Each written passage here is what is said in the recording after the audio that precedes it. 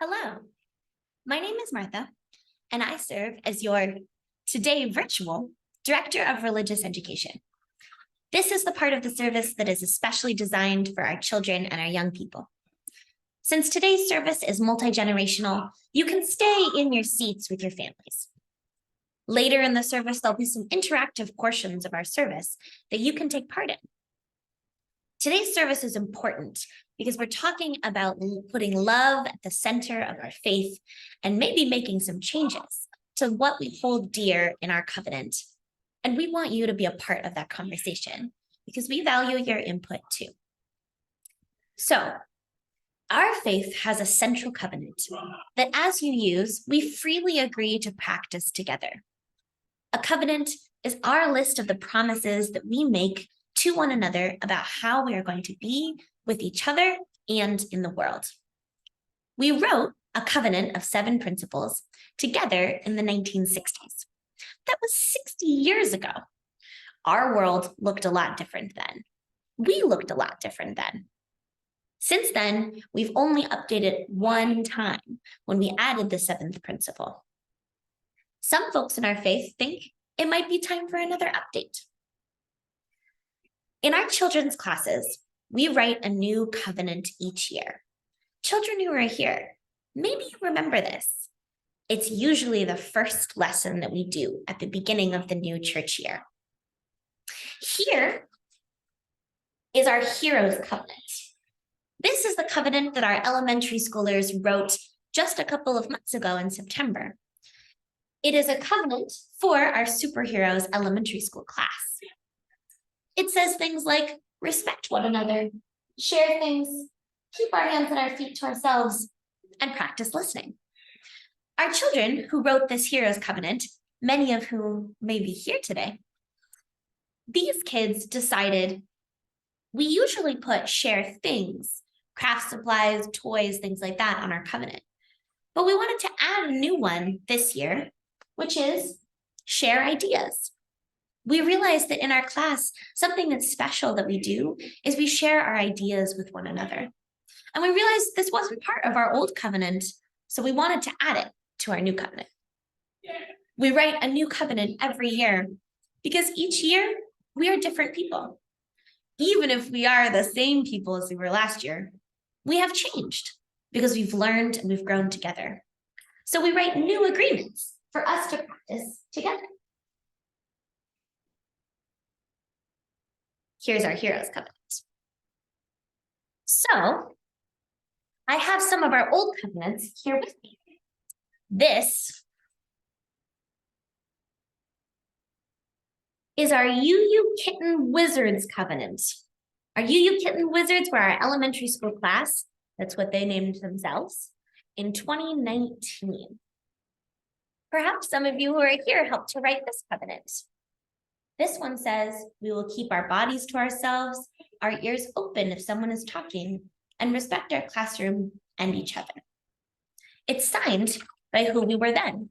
You can tell this covenant is a little bit different from the covenant we have now. Here's another one. This is a covenant that was written in 2018 for one of our RE classes. It says, let us open our eyes to see what is beautiful. Let us open our minds to seek what is true. Let us open our hearts to love one another. So you can see this covenant is written in a very different style than our other ones. There's lots of different ways to covenant. This one reads kind of like a prayer or a poem. Here's another covenant. This one is an extra different style because it's done kind of in an art way. This is a covenant from one of our children's classes in 2019. It is written in the style of a compass. There's a north and a south guiding us to values that we want to practice here and values that we don't want to practice here. Our kids added some art to it also to make it extra. I like this covenant because it shows us that our covenants don't always have to be written agreements. Sometimes they can be done in the form of art.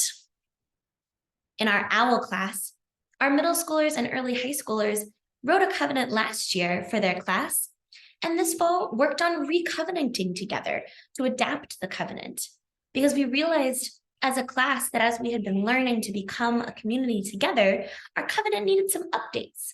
There were things that weren't working for us. There were things that we needed to change. It is good and important to update our agreements.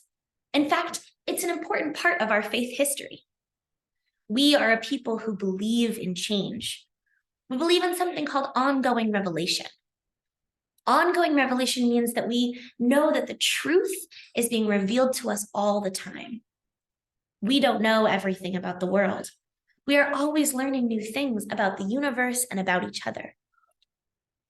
Speaking of our history, our topic today of love reminds me of one of our Universalist ancestors, a man named Edwin Markham. You've heard me talk about him in church before, so if you hear it twice, it's good review. Edwin was born in 1852, and he was the poet laureate of Oregon from 1923 to 1931. He even read his most famous poem, Lincoln, Man of the People, at the dedication of the Lincoln Memorial in 1922.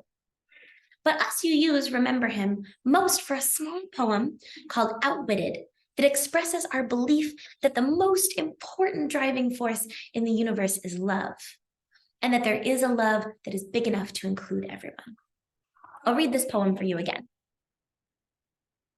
He drew a circle that shut me out, heretic, rebel, a thing to flout, but love and I had the wit to win. We drew a circle and drew him in. Maybe you remember from when we talked about this poem in our church before. This poem reflects this idea that there is a love beyond belief, a radical, beautiful, world-changing, liberatory understanding of love. A love that is different than just the love that I feel for another person. This love is a commitment. This love can be on my side and is the most powerful thing in the world. When I was a kid growing up in our UU faith, I would see this symbol. Does anyone remember what this symbol is? That's right, it's our chalice. Our chalice with two circles around it. So when I was a kid, I remember one time I asked a grown-up in my congregation what the two circles around our chalice meant. She told me that they came from this poem. Love and I had the wit to win. We drew a circle and drew him in. Later I learned that this wasn't quite right. The circles actually represent our twin Unitarian and Universalist faith sources. But I have always liked this other way of understanding the circles. And I think for the community member from my church, this is what they meant to her, which is also another truth. So I think about what this poem says. He wanted to shut me out, to say that I didn't belong, to say my beliefs or something about me made me something to push away. But because I live from a place of love, I did something a little bit clever and sneaky.